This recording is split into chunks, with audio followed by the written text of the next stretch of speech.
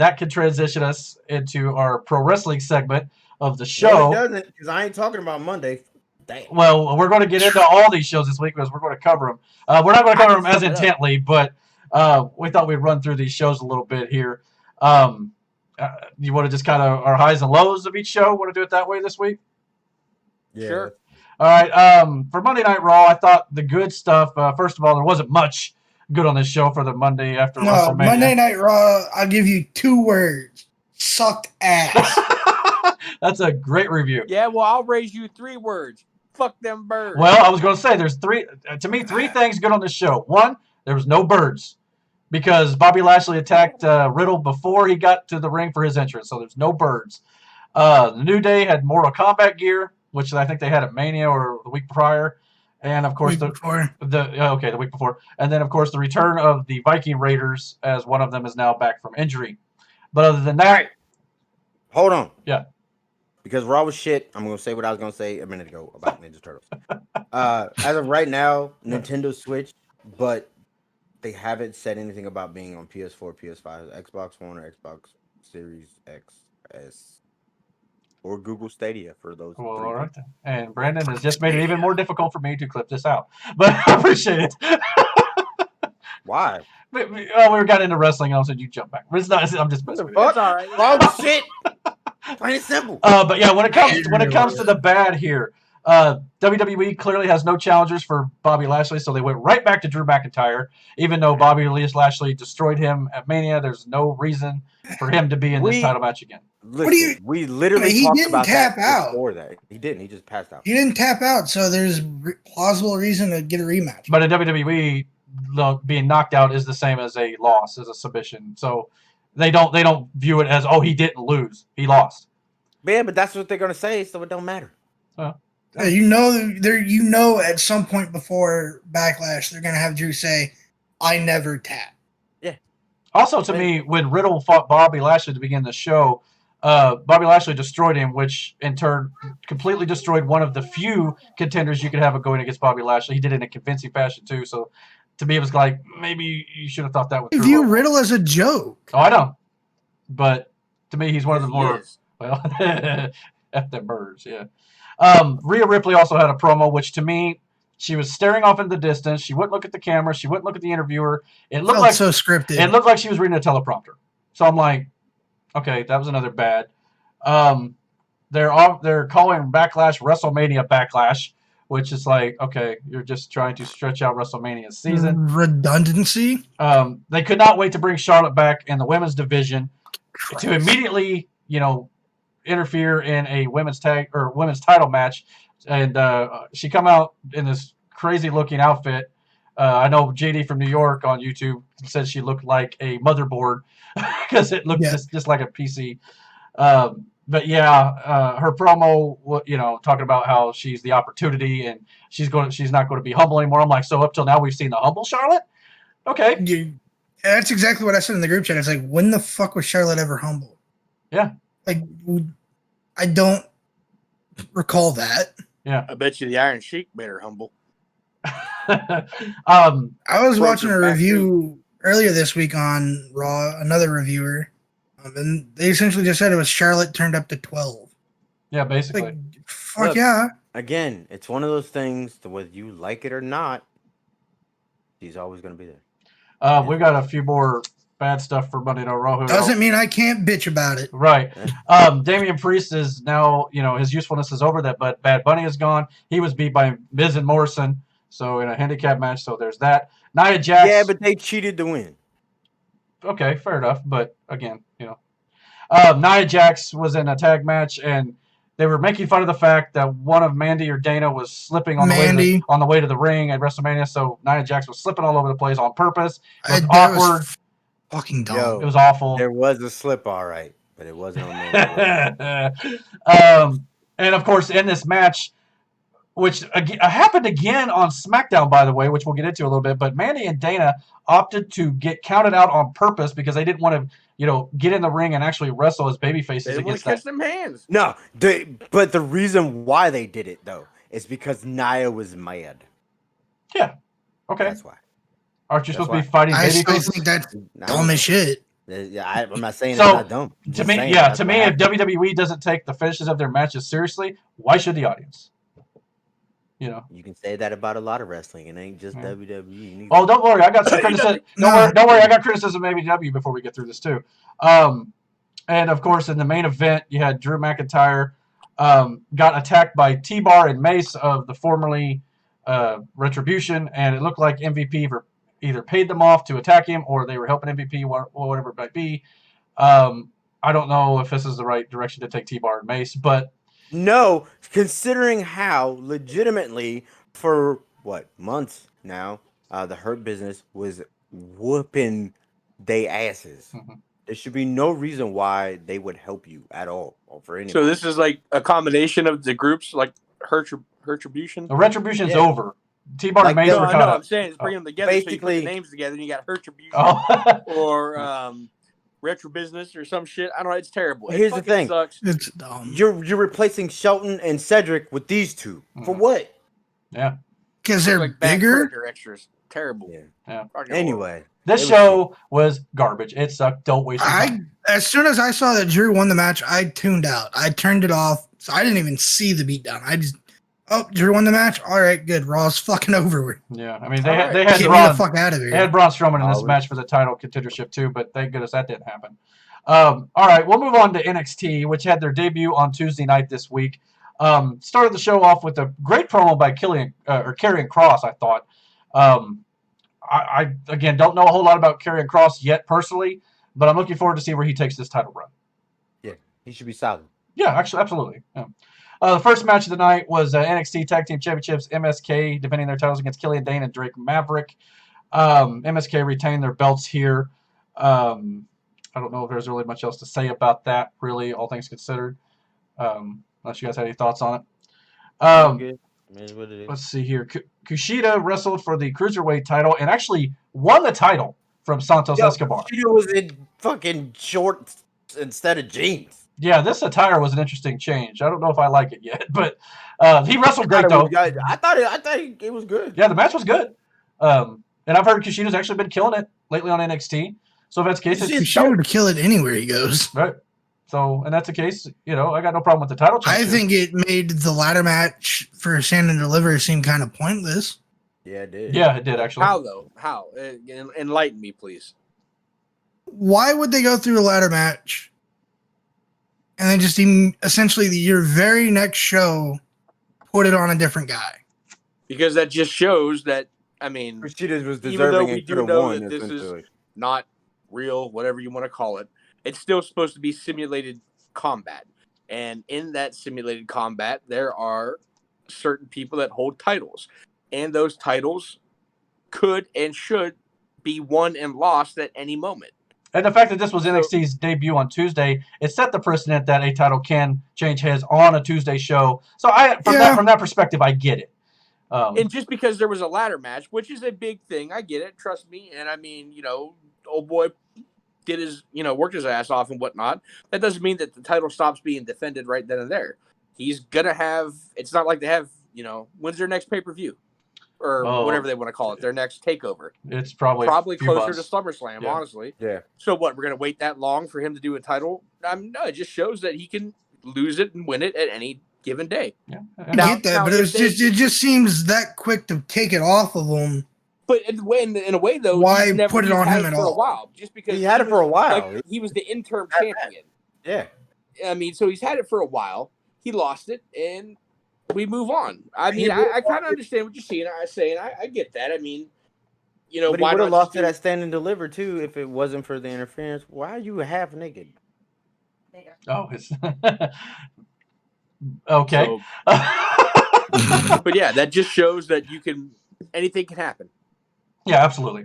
After this, there's I'm not sure how much in order we are here, but one of the bigger story points on this show was Roderick Strong quit NXT. Now, this is most likely storyline of some sort, but William Regal, it looked rather serious, and Roderick Strong's wife was there, and William Regal, they even told him, hey, if you ever want to come back, you're more than welcome. I don't know if it's a storyline driven or if there's something going on. I don't think he's going to the main roster yet. He's going No. to SmackDown. If it was anything other than a storyline, it wouldn't have been on TV. Yeah, There's no Flames way never- they Yeah. would have let him just come and be like, Fire I'll on see you guys live later. TV. I mean, like, yeah, I'm out. no, he's Yeah. going to SmackDown. I don't see him Yeah. making Raw.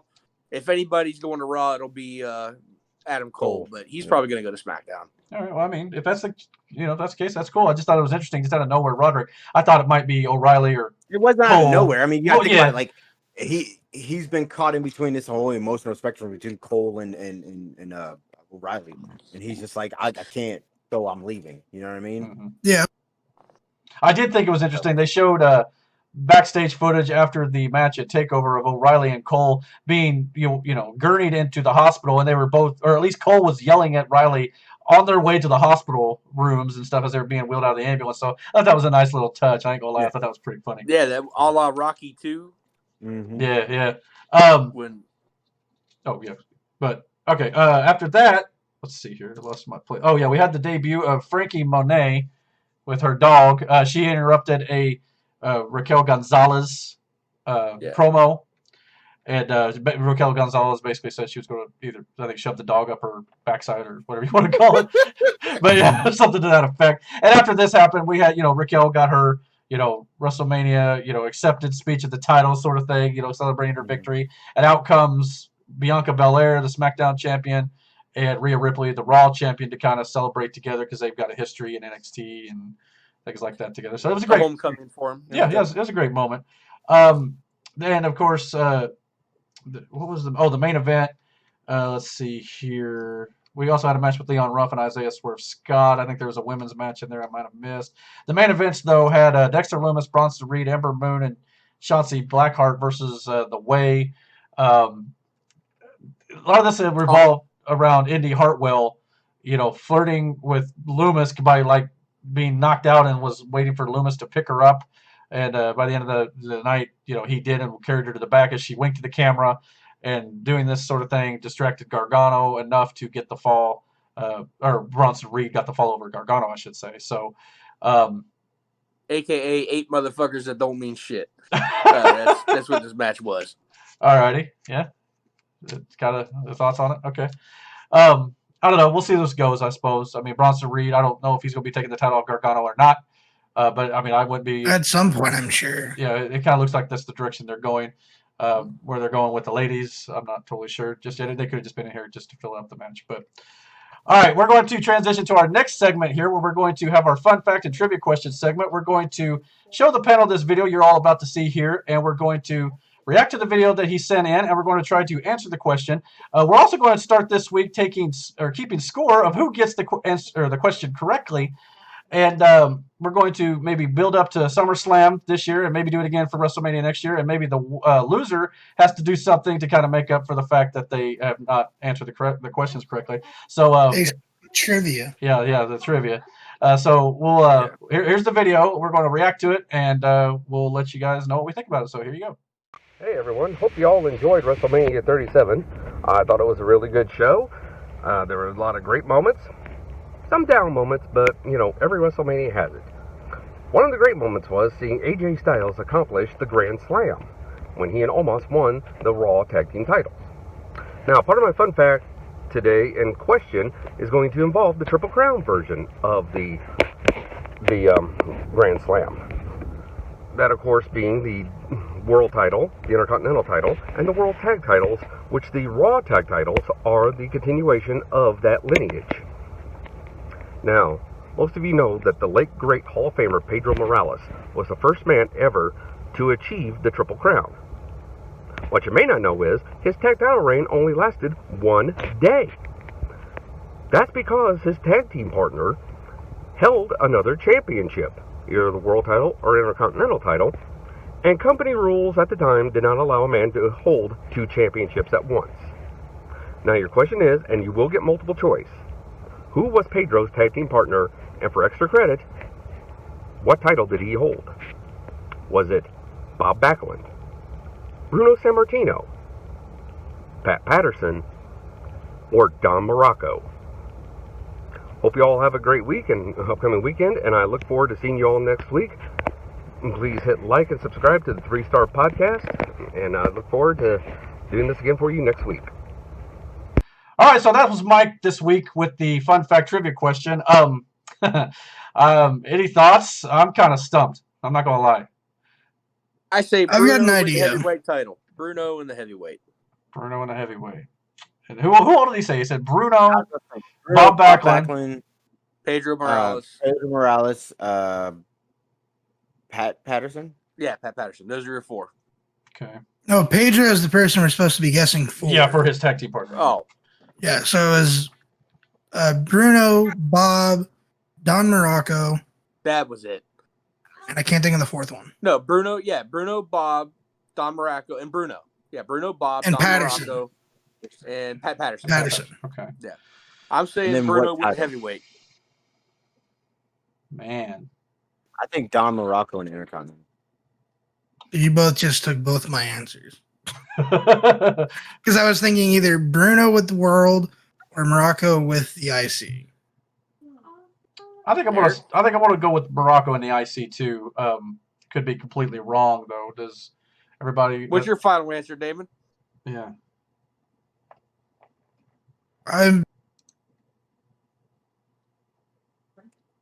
That's Pedro and Bruno. Bruno with the World. Pedro? All right. Okay, so that's all of our final answers. Yep. All right. Well, I just for full disclosure here, the reason why I don't know the answer this week is because Mike was kind enough to send the answer in a separate email. So I've not seen this yet. I just now opened the answer, so that allows me to play each week as well. He writes, Pedro's tag team championship partner was none other than World Heavyweight Champion, WWE World Champion Bob Backlund.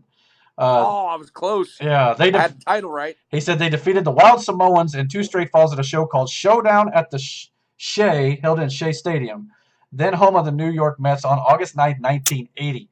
The main event saw Bruno Sammartino defeat Larry Zbyszko in the famous cage match. Also, Andre the Giant scored a pinfall victory over a young up-and-coming piece of crap racist named Hulk Hogan. His words, not ours.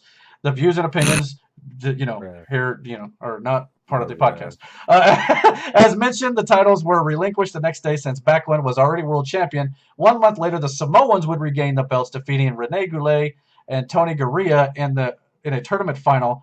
It makes Mike wonder makes him wonder why they would bother booking the title change even more. So that's our. They lot did that shit with the Rockers with Sean and Jannetty. They did that once. Yo, what the fuck's wrong with you, Dark Chocolate? You all right?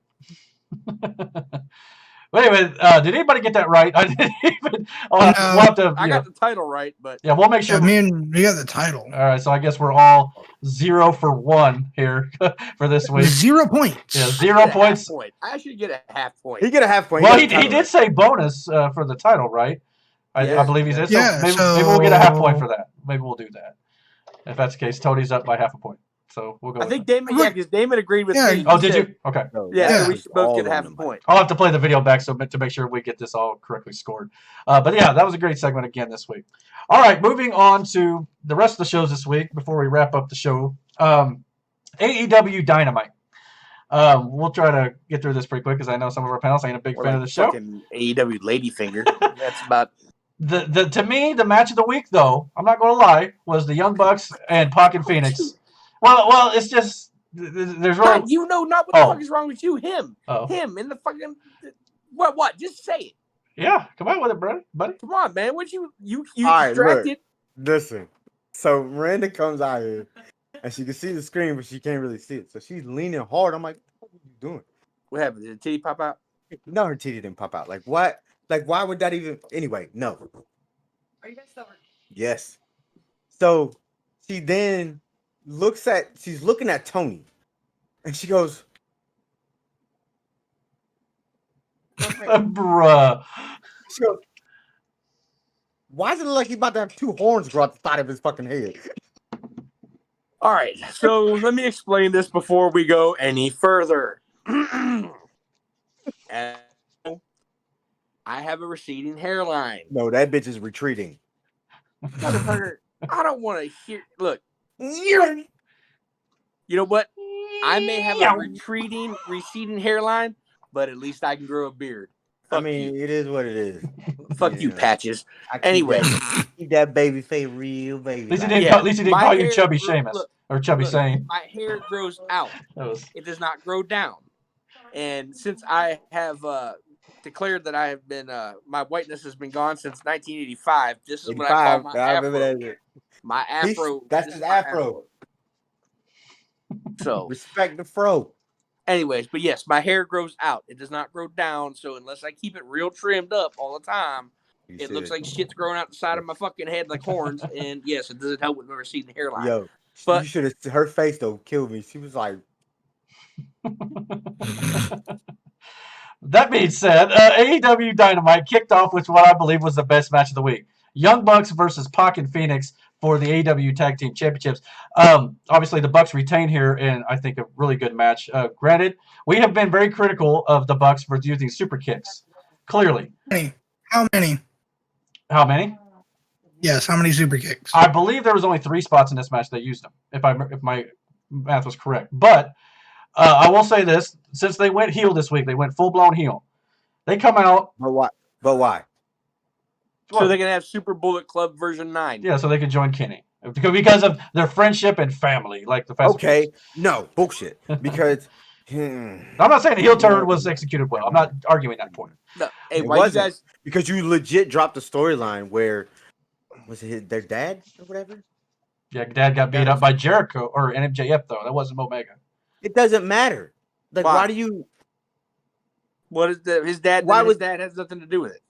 But why is your impetus now? You just focusing on this? Like they legitimate said like it was because they realized that they lost their edge or whatever. It's the same thing as when They Shawn never Michaels had lost an his edge. smile. And so Yeah. they were like, you know, I'm gonna be with my friend, and then they turn heel. All right, cool. That being said, though, they cut all the tassels off their gear, which is a small aesthetic. It's not a big deal. But they also played up the heel gimmick more in the ring. Like, every time they would do, like, a couple flips or something, instead of hitting a big flip move, they'd stop, slap a guy across the face, or rake a guy's back, or tease a super kick and not do it. So there were some subtle changes they were doing to play with the heel aspect. So Right. I thought there was at least a little bit of credit to be given for that. You That's said they weird cut their because tassels even- off though, but I did see old boy with them little crystal Cher things. It looked like Cher. That could Had be. the headband with the crystals hanging on. Yeah, that's gonna make you real intimidating. Fine. But at the same time, they did all that flippy shit and all the super as heels. Yeah, true. They did it as heels and they So did why- it as face. There's no difference between a there's heel no and a face change. young buck. And by the way, these motherfuckers are far from young. All right, that's like calling the Hardy Boys boys. They're like fucking Jesus. The R.I.P. Papa Hardy, by the way. Oh yeah. the finish happened when one of the Bucks ripped the mask off Rey Fenix, and then of course they got a kick in to win the match due to the distraction of that. So I mean, it's not a full blown distraction finish, but it kind of was a distraction in a way by pulling the mask off. So again, with the DQ finishes and wrestling nowadays, Shit, they did. I forgot what paper it was. That one match where they did that on Penta. They ripped the mask off and he fell off trying to cover his face. So it's not. It's really nothing new for a young buck. That's No. what happens when you let Tony Khan book shit. Fair enough. Well, we'll get into more about in the booking in the main event. I got some criticism for that as the AEW guy on this panel, so stay tuned for that. The next segment had MJF offering Mike Tyson a blank check in order to kind of sway his, calling of the match as special enforcer later that evening. Tyson ripped it up, ate it, and then spit it out at MJF, which Listen, Was he Just awake this one- week? yeah, he was Last actually week awake. He was asleep. Right. listen. Yeah. If there's one motherfucker legitimately, like, you leave Tyson alone. I didn't find him Yeah. entertaining. I listen to his podcast. It's actually really good and it's fucking hilarious. But I don't see the point of having Mike Tyson in it. Well, yeah, No, he's fucking sleepy Mike. yeah. To me, They ain't sleepy. well, High. I'll get into Mike Tyson a little bit once we get into the match. He was involved in here a little bit, but the next segment had Chris Jericho explaining that he and Mike Tyson made amends after the Inner Circle decided to go babyface and change their ways, and the first person he called to make amends with was Tyson. So at least they tried to explain why Tyson, after all those weeks of feuding with Jericho, came back out of nowhere and tried to help Jericho. So at least they tried. Not a very good effort. Because to me, they got Mike to come in last week and this week because he had time to come out and do it, and they were trying to pop a rating on Wednesday night when they had no competition. That's what this was for. What could he have to offer besides a bottle of vodka and a And some weed. fucking bad Fozzy CD? And some weed. Jesus. That's all Mike cares about. Just some random matches we had on the show. Jade Cargill defeated Red Velvet. Solid match, but nothing to write home about. Anthony Ogogo debuted in a squash match, and the match ended. What? Who? Anthony, okay. When QT Marshall broke away from the Nightmare Family, the factory, he took some of the younger talent from that faction, and one of the guys' names was Anthony Ogogo, and I guess he was like a boxer or something of that sort. But anyway, he had a squash match against the guy, and he punched him in the gut, and that was the end of the match. Who the fuck Wait, greenlit time that out. name? I agreed. Who greenlit that name? I don't know. Tony Khan. Tony Did Khan. you just say a man won a wrestling match by punching another dude in the stomach? In the gut, and then the referee stopped it because he punched him so hard. Agreed. Not very good. Oh my god.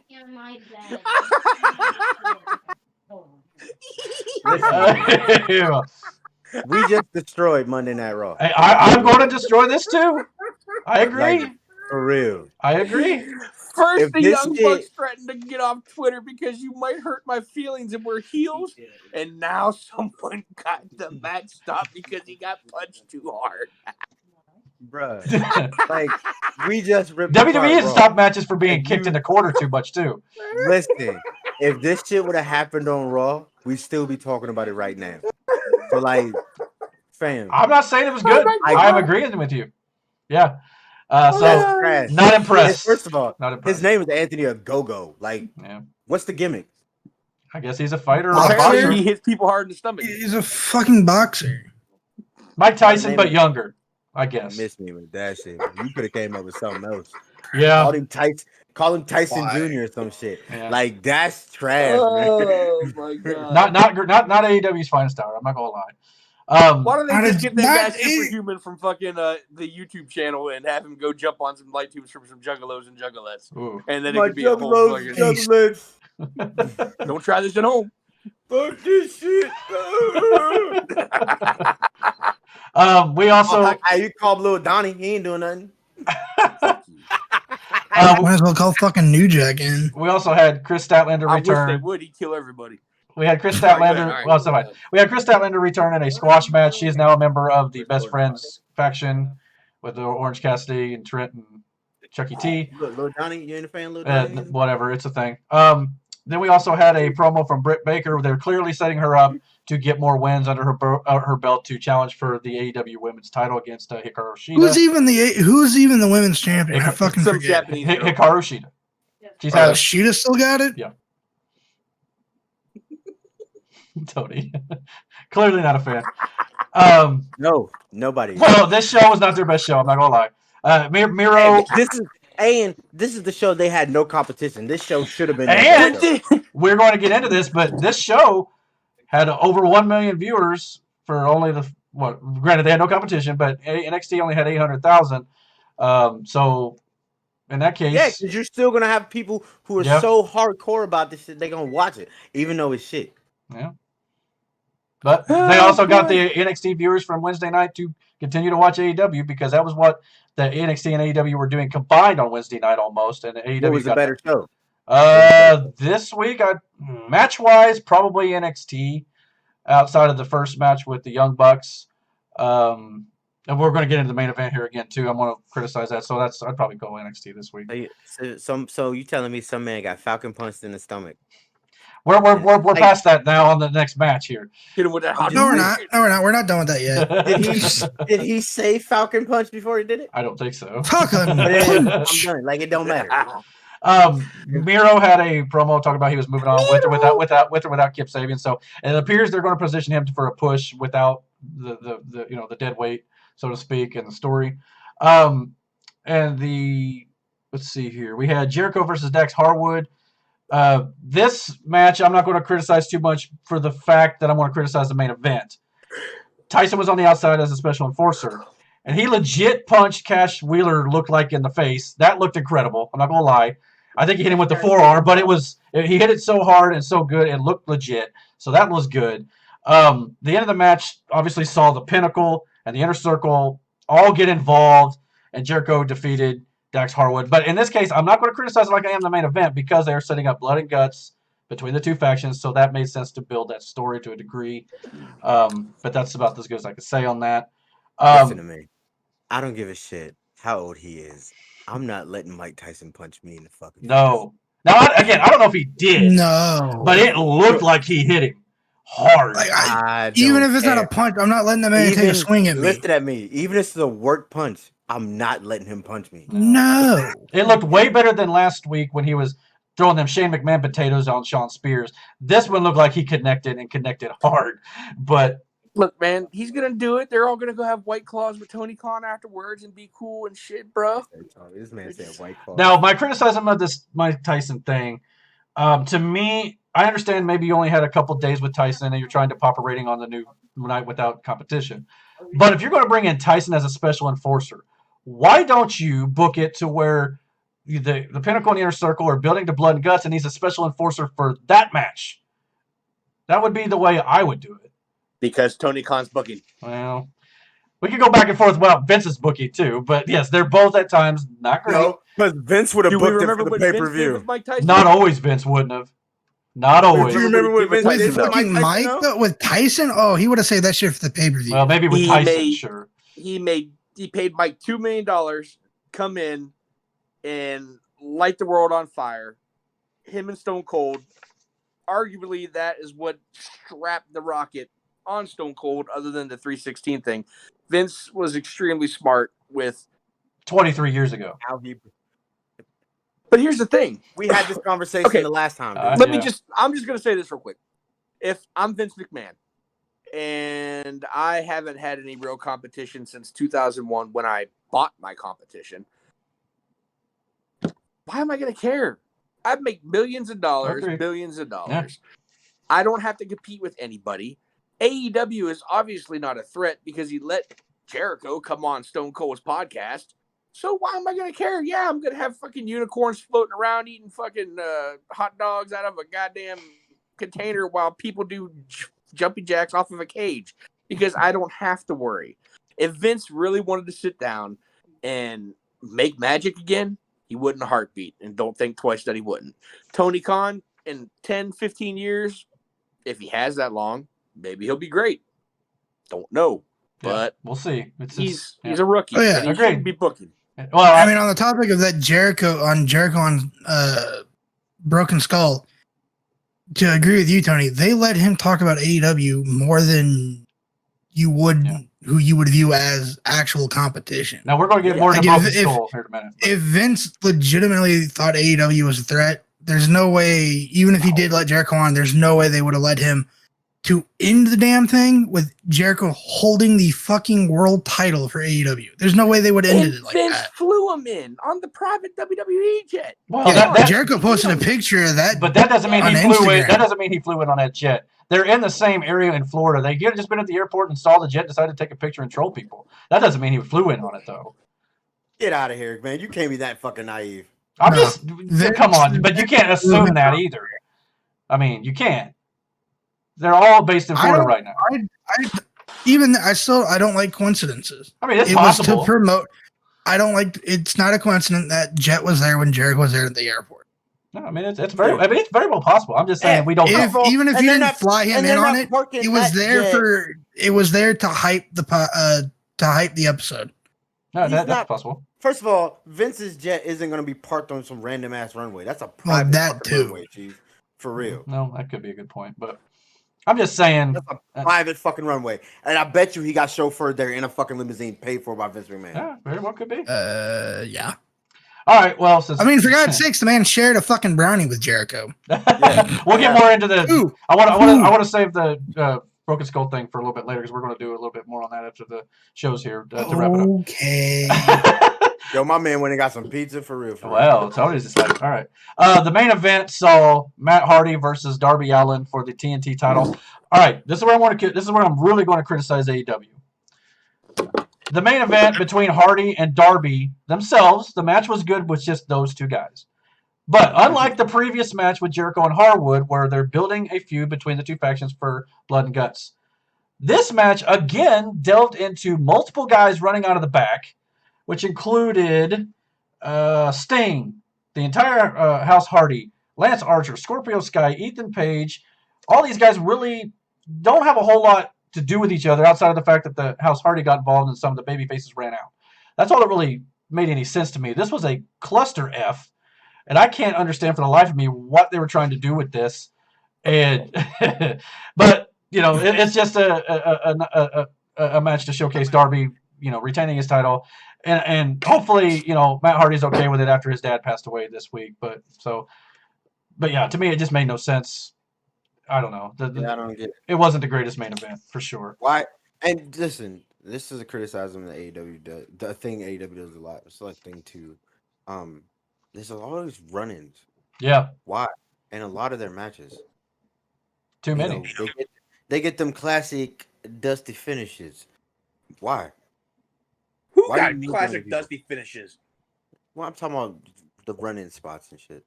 Man, Dusty didn't book shit like that. No, that's not what I'm. That's not what I was. More often than What not, are you saying, sir? more often than not, a lot of AEW always matches do end in actual winners and losers from the match itself. But it seems like lately, since they've got all these extra factions, which we talked about, they're shoehorning all these guys in.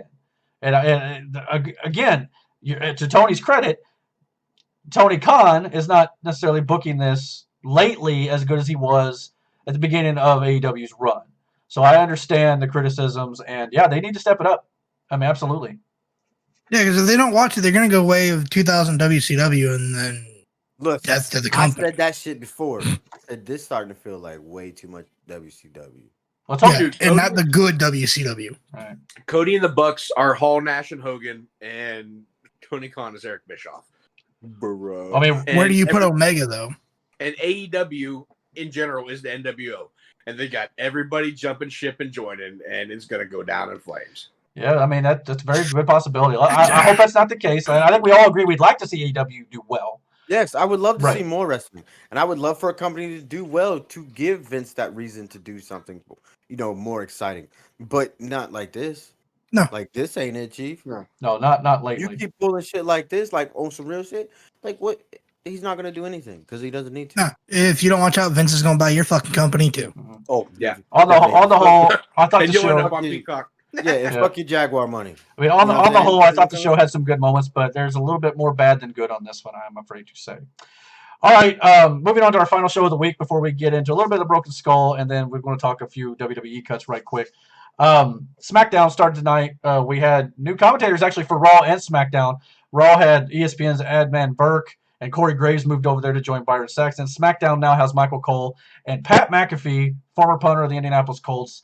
Yo, Pat McAfee is hilarious. Yeah. But The best I think thing it's- WWE has right now. yeah, I was about to say that's one of the best things they got going. Like Pat he kills it. From what I saw him on the know? show tonight, he actually did a good job with Michael Cole. He was standing up during if you've seen where the during parts of the main event, he's standing up like he's into it. You know what I'm saying? He brings so much energy to that table. I enjoy it. And He does, you know, but he has to. He's gonna have to dial that back, man, because there is a fine line between bringing energy and being a mark. Yeah, that's what my thought was. It's fine for your first night, first time on commentary. I'm assuming full time. no, it's not his first time on commentary either. Well, At first On the main time, roster. I get what Damon's saying, Yeah, yeah. but I mean, still, he's got to calm it down, man. yeah, because you're gonna start getting the fans saying, "Oh, this man, he's just a fan who got lucky they- enough to They get need, hired." they need to watch NXT then because he did. Yeah, he did a let's good say job. because if you go back to what he was doing on NXT, it started out he was the backroom dude. He was doing the watch alongs, during the big pay-per-views when they have those pre-show shits where people Right. watch along shit. Pat McAfee was part of that, and then he ended up on NXT. He started this whole storyline with the Undisputed Era and shit. Like Pat was solid as fuck through that. He's not bad in the ring either. No, and I hope that SmackDown uses him in the ring maybe a little bit. Well, eventually, maybe not right Yeah, away. and I'm not saying that he's bad at any of that stuff. Or I'm just saying, But I needs get to what you're dial it saying. back. Yeah. That's all. When you're commentating, you need to have a certain. I mean, But his input was solid tonight. no, Yeah. that's I mean, if he went more towards the Mauro Ranallo route, No, Morrow had there's times where Morrow got to be too much. They announced this week too. Mauro Ranallo will be doing Impact Rebellion, where he will be commentating the Kenny Omega Rich Swann title for title match too. So nice to see Robert that'll be Ranallo, interesting. which we all know I think is That'll going put to asses lead in the to. seats. That's going to be Omega winning the Impact title most likely as well, because I don't think AEW is Yeah. going to get the title to. Why are they doing that? I'm guessing just kind of cross promote a little bit. I don't know. Why? Yeah. I don't know. It really hasn't led to much as much as I thought it would when they started doing it. What do you mean? Because Impact is still Impact. You got Yeah. these guys trying to help you out, but then you still do that stupid ass casino shit, man. The only thing I can think of is Kenny Omega's kind of got this gimmick to where he's kind of on a quest to collect all the belts or a lot of belts. So He's to prove Well, he there's is one more the collect- best. So what the Hardy Boys were doing before they went back to WWE? I guess Yes. That's stupid. Well, we'll see how it goes. But yeah, that was Mauro Ranallo. In regards to Adnan Burke on Raw, I think he did okay for the fact it's the first night he's ever commentated in a wrestling show. I think ever. Didn't he fuck something up though? He might have, but to his credit though, when he started the show, he even flat out openly admitted to the audience that this is his first night. He's probably not going to get everything right, and he didn't. But all things considered, I think he did an okay job for his first night. So I'll give him a But chance. does anybody know if he was an actual wrestling fan? Can he? That I don't know. He didn't sound like he knew a lot of the moves. That's the problem. Yeah. That seems to be the problem with so many things, and The that problem with goes. his I think writing, it goes across too. all these promotions. I'm not saying you have to have, be a lifelong fan and know who's won every title in every promotion, but bring a fucking wrestling fan in. Right now, one of the things that I read, the reason why Billie Kay was one of the reasons why she was dropped, other than their finances, was that Kevin Dunn, the fucking producer, who's horrible and couldn't fucking tell you the difference between a wristwatch and a wrist lock, fucking said he's seen her going no further. She hit the glass ceiling. That dude is a fucking detriment to professional Oh wrestling. yeah. Yeah. Oh yeah. Him and Bruce. He's at this point next to Bruce Pritchard. Kevin Dunn's Vince's fucking right or left hand, depending on how you want to put that. They're his yes men. Yeah. Yes. Yeah, They are he's the new fucking Stooges. goat. He's just as bad as Russo was. Yeah. Yeah. So Dunn is, and he's the fucking cause of all the fucking jump cuts and the cuts and And shit. another thing too is they don't have, like before Vince did the writing.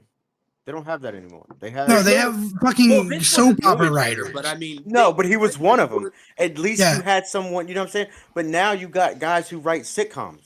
So Sitcoms, they're soap TV operas. producers and writers, Yo, and that's Vince's fault because he's always wanted WWE to be entertainment, to be television, and it should be wrestling at the forefront.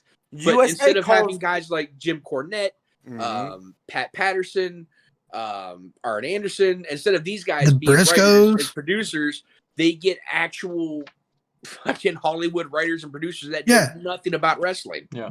And it comes across very clear the writers know jack shit about wrestling. And when it comes to putting Adnan Burke on the desk, that is more of a WWE being at fault than it is Adnan Burke, because he shouldn't be in that position at all if he doesn't know what he's talking about. But he probably will get better, I think. We'll see. Here's the thing, too. Also, USA calls a lot of the shots. True. Oh yeah. And that's to me is like, you don't do that for any other TV show. Like, let me run my shit. Like, let me do what wrestling is, and that's not what he's been doing for like the last few years. And that's the thing. Like Mauro was fine because he had a history in like the Wrestling, sport. MMA, boxing. Yeah, he's done that kind of stuff before. But from how it went with whatever the fuck his name is, it just comes across as like he's just some guy that was working at like ESPN or something, and they like, oh, let's add him to the commentary desk to add legitimacy to our product. Yeah. It just doesn't work. Right. Well, anyway, getting back to SmackDown, the show opened up with Roman Reigns cutting a promo, again declaring victory at Mania, kind of like everybody does after the big show.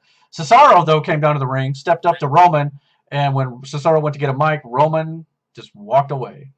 Just didn't even acknowledge him. It sums up Cesaro's career at this point in WWE. Yeah. Ultimate dick move, though. And right after that, it fits Roman's character. Yeah, it does. Absolutely. It does, but it also sums up how WWE's treated Cesaro. It's like, although this show, they were hyping up Cesaro, so I will give them credit for that. The minute he walked away from Cesaro, he should have grabbed that motherfucker by the arm and spun him around and demanded his attention. Well, if he wasn't going for the microphone, I think he maybe would have. But when he went to grab the mic, Roman walked off. Yeah. I think it'll lead to that. Cesaro either demanding Roman's attention or getting his attention some fucking how. I don't think this is just like something where it's a one and done. I know how it ended, but I think that's all smoke and mirrors. After that, I call it right a couple weeks ago or last week. Said start the build with Cesaro right after Mania. Yeah, Maybe. that's what they're It gonna do. seems to me they may be going that way at Backlash, but we'll see what they do. Right after this, we had a backstage segment where Cesaro demanded a match or asked for a match with Roman with Adam Pearce and Sonya Deville. Sonya Deville appeared to overstep Adam Pearce and teasing impossible takeovers GM when she said she would ask Roman and see if they could make the match. So Yeah, they've seemed to have put So- Sonya in like an authority figure. So I role think nowadays. what's gonna be is Sonya's gonna run SmackDown and Adam Pearce will go to that's Raw. very possible. They may be teasing a split of that degree, or it could just be Sonya takeover. We'll just have to wait and see. Then they announced that instead of Roman, though, Roman had agreed to allow Jey Uso to take his place in this match against Cesaro in the main event. So they announced that for Again, later. it fits Roman's character. Yeah, Like, yeah. why should he have to do it? In that case, yeah. Then we had Rey Mysterio versus Otis. He defeated him with a springboard roll-up off the second rope. He used his weight against him. Whatever. It wasn't anything to write home about necessarily. Jesus Christ. Yeah. After that, we had Sami Zayn come down to the ring talking about more conspiracy stuff. Kevin Owens come down to the ring. They had an impromptu WrestleMania rematch, which again, just like Monday Night Raw, Sami Zayn did everything he could to get away from Kevin Owens and ran up the ramp to get the intentional count out.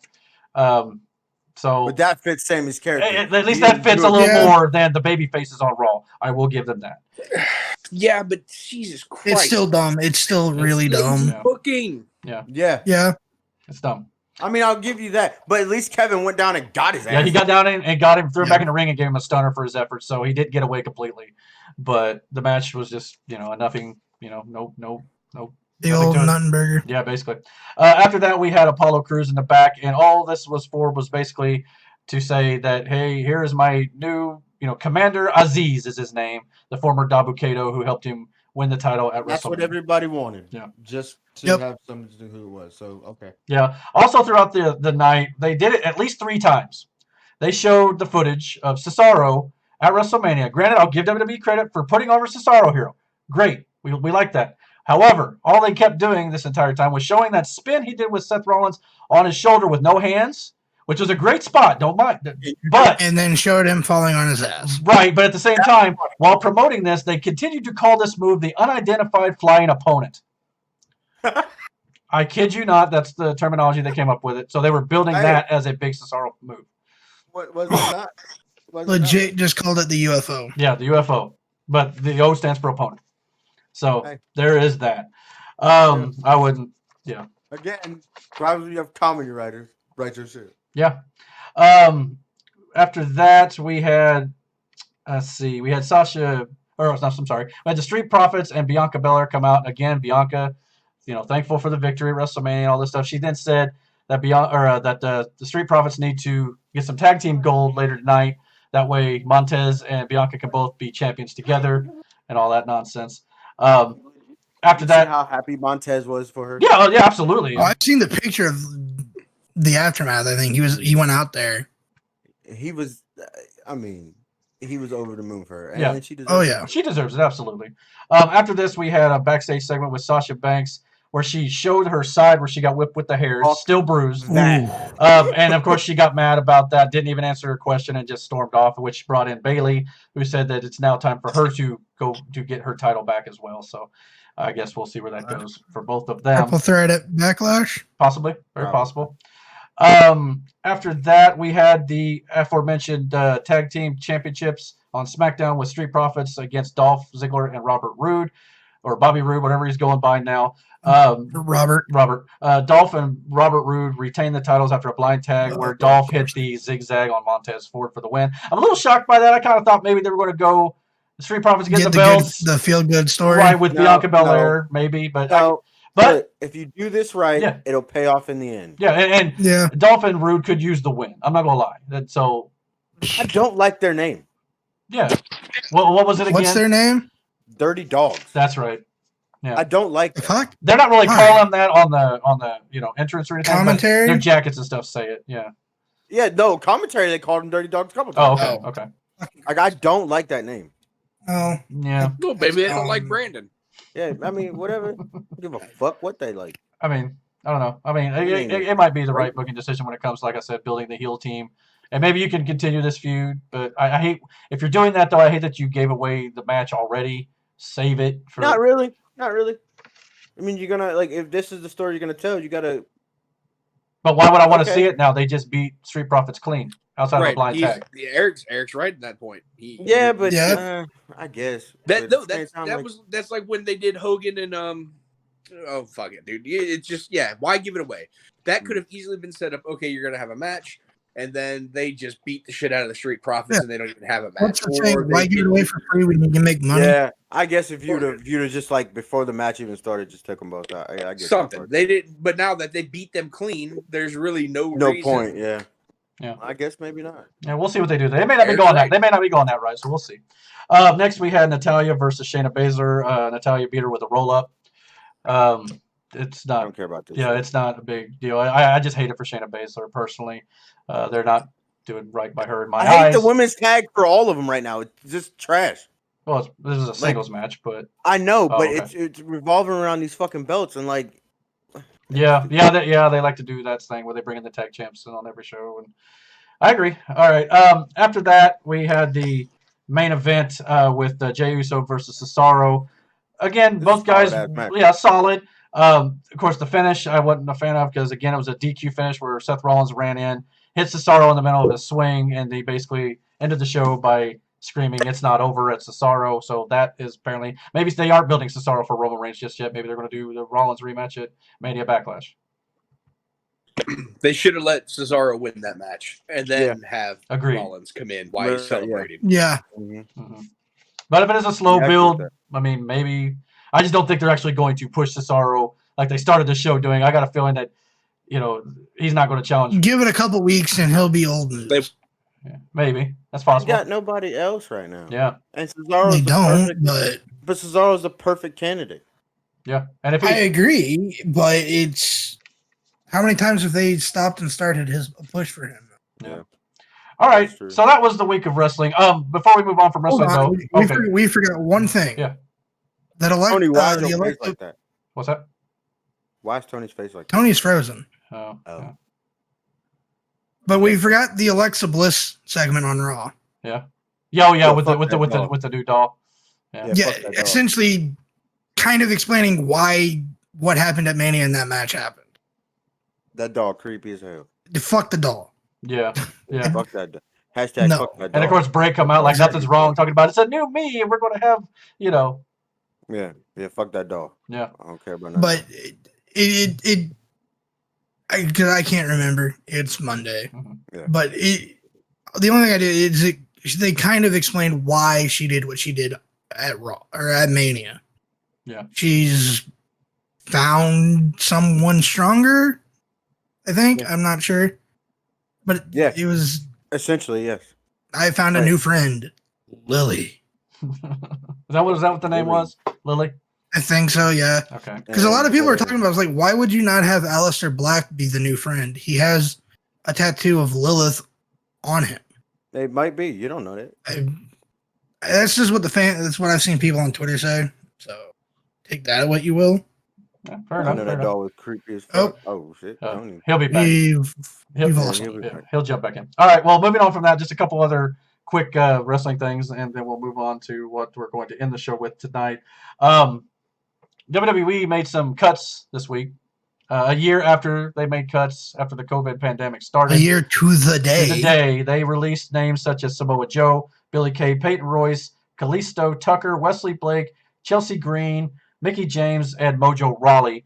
Samoa Joe obviously is the biggest name that stands out here. You could say AEW bound, wherever. I don't necessarily think so. I don't think Joe's going to AEW. Maybe not. No. I mean, if he does, it's going to be Impact or TNA of old real quick with all these names from TNA back in the day. That's the only thing that concerns me. Look, like we were talking about before when we first heard the shit, we don't know the extent of Joe's injury. You know what I'm saying? Mm-hmm.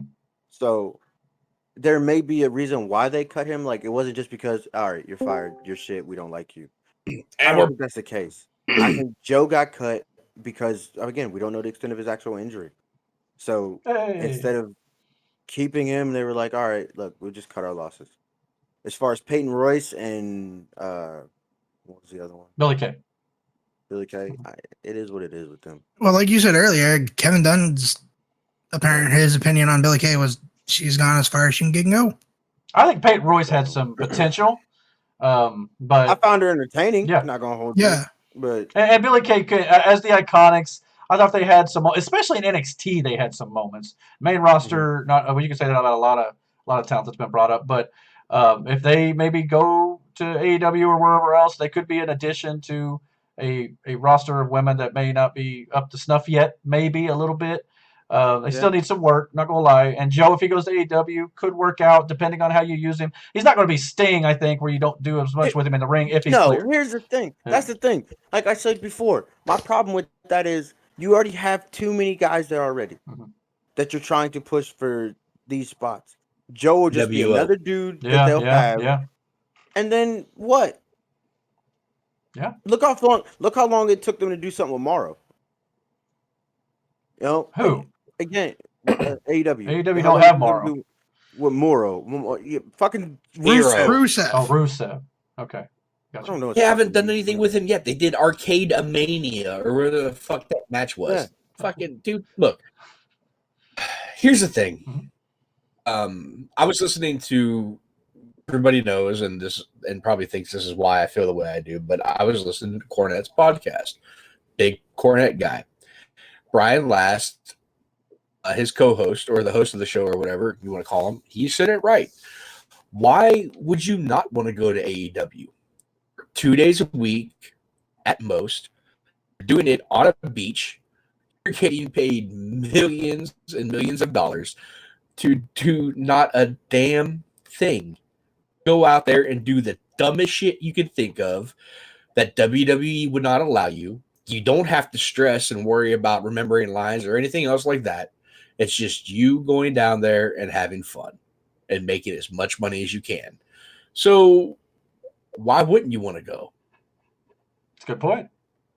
I mean, Fair. I wouldn't. I still wouldn't. But- I mean, Again, I give a shit about wrestling. Right. I still think from storylines, most of the time they book better. Just week notwithstanding, there's been some mistakes, and there's been more than one week. Who books mistake. better? What? Who books better? AEW at times. So AEW, I could get a blind chimp with a crayon and a handful of shit that could tell a better story than AEW. Jesus Christ. There are certain things I think they do better than I've AEW, seen- but that's just my opinion. what's the best storyline in AEW right now? Probably the Pinnacle. and No, Inner Circle. you're right. I understand. Probably. I mean, it's Fuck that up still from the young. get-go. It's still young. but- They already got their. And that's a fact. It's just Best no. There's storyline no right now reason in to. It's like you said with single guy. No. Who did we just get done talking about that? Just the Dirty Dogs match, right? Or yeah, they beat the Street Profits clean, right? Okay, so there's really no reason you want to see that match anymore. The Culmination or whatever the hell they're calling themselves beat the shit out of Jericho's group. Jericho's group got their heat back right the next week. What's the point? Couple weeks There's no later. payoff now. But It was the very next week they beat the shit out of him. 2 weeks. 2 weeks later. Jericho beat him up. Yeah. Okay, 2 weeks, still. 1 week, I mean, it's what are you still gonna do now? irrelevant. It didn't. The payback. Well, But it's going to be didn't gang come out of warfare. pay-per-view. It should have been. No. Should have been them getting their hands on him just almost there and something cutting them off, or Jericho just about to get MJF and he gets the shit, just something. And then it leads up to where they finally get their hands on him in this blood and guts match. But instead, they already fucking blew their load all over the place by having them 1 week, 2 weeks, whatever the fuck it is. It's done. It's over. Who gives a shit? Fair You've enough. already seen Jericho and their group get their shit back. I mean, fair enough. And, Exactly. and the thing I do like about So discussing. there goes that. Well, and the- now fucking. I mean, that's No, the thing I like about this discussion, though, is that it helps me see different things that I wouldn't have previously thought. So I enjoy the back and forth between us, especially when it comes to WWE and AEW. There's a lot of things that it opens my eyes to. So I love the fact that we're doing this for that reason alone. So that's good. WWE sucks too. I'm not going to sit here and defend them because they do. I Right. mean, they do. But like I said earlier too, I do 100% believe that if Vince decided to just stand up and say, "Okay, we're going to do it," he'd be rocking and rolling again. Right. Where I don't And he's feel got Tony the Khan talent to has do that. that anyway. Maybe in the future, Break it up a bit there, Tony. if I was Tony Khan, sorry, I was just going to say, if I was Tony Khan, the first thing I would do is show reruns of AEW for the next month, cut his roster down to the people that could actually do some shit, and then I would just start picking out some of the best talent from MLW, Mexico, New Japan, ROH, anybody that could be taken away with money. I would stack that roster and start over. Now, there are definitely talks of AEW getting a second show. Would that? Do you think that would be a help with the current size roster they have, or more of a detriment? As far as roster, as far as the roster goes, That's it would why I'm help. saying cut the roster down. Like if you don't cut down the roster, having 2 shows, it could help just because you could have, you know, kind of like Raw and SmackDown. You could have one set, you can have one guy be Raw, other guy, big guy like Roman, SmackDown. It would help break up everything. It wouldn't be a just repetitive thing weekly. But again, it could also end up like Early Raw. it could, well, yeah, again, Raw SmackDown during the Super Show fucking era, where SmackDown was essentially just a clip show, Right. or rematches from Raw. Right. So there's that you could run into, or another good example, Nitro and Thunder. Yeah, I was gonna say that too. Hey, that's the thing too. Like, okay, so you do 2 shows. Who's gonna be your main star? You got 1 title. Yeah, you're gonna have to You create think another the world title? title. I don't think. See, that's the No, thing I don't like no, about no, Raw and no. SmackDown. Let them go on both shows if you're going to do that. Oh, yeah, exactly. What did Ric Flair do all those years? Yeah. He went to the territories. Yeah. He went around, and NWA had one champion. Now there might have been like your U.S. heavyweight champion who was like your head guy, say in Pennsylvania. But when Ric Flair came to town, there was only one champion, and well, there was really only one in the way.